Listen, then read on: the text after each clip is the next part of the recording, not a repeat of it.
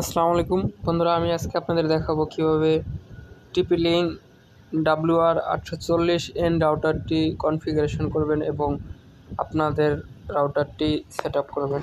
এর জন্য আপনাকে যে কোনো ব্রাউজারে আসতে হবে। গুগল ক্রোম ব্রাউজার হলে ভালো হয়।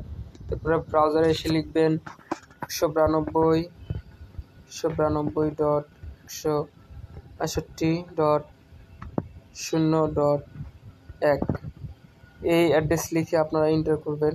এরপরে আপনাদের এরকম ইন্টারফেস দেখাবে। এরকম ইন্টারফেস দেখালে আপনাদের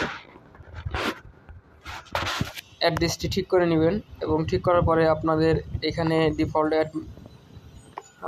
এই হিসাবে থাকে অ্যাডমিন, ছোট হাতের অ্যাডমিন দিবেন ADMIN অ্যাডমিন, এবং পাসওয়ার্ড হিসাবে থাকে ছোট হাতের অ্যাডমিন ইউজার নেম এবং পাসওয়ার্ড অ্যাডমিন লোয়ার কেস দিয়ে লগ ইন করবেন।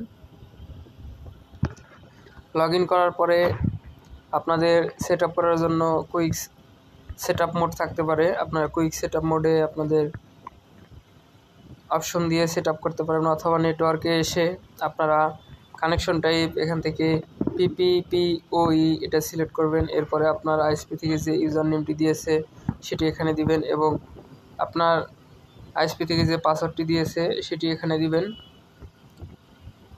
এবং ওই পাসওয়ার্ডটি আবার কনফার্ম পাসওয়ার্ড করে দিবেন, আবার টাইপ করে দিবেন এখানে নিচের ঘরে কনফার্ম পাসওয়ার্ডের এইখানে দিয়ে আপনারা কানেক্টে ক্লিক করে দিবেন।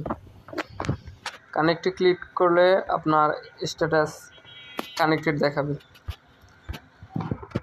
এইভাবে আপনারা কিন্তু TP-Link WR840N রাউটারে ইন্টারনেট সংযোগ করতে পারেন। বন্ধুরা, আপনাদের যদি এই সংযোগটি করতে যদি কোনো সমস্যা হয় কমেন্টে জানান, আমি অবশ্যই হেল্প করব। আর আমার ভিডিওটি অবশ্যই ভালো লাগলে লাইক, কমেন্ট, সাবস্ক্রাইব করে পাশেই থাকবেন। ধন্যবাদ।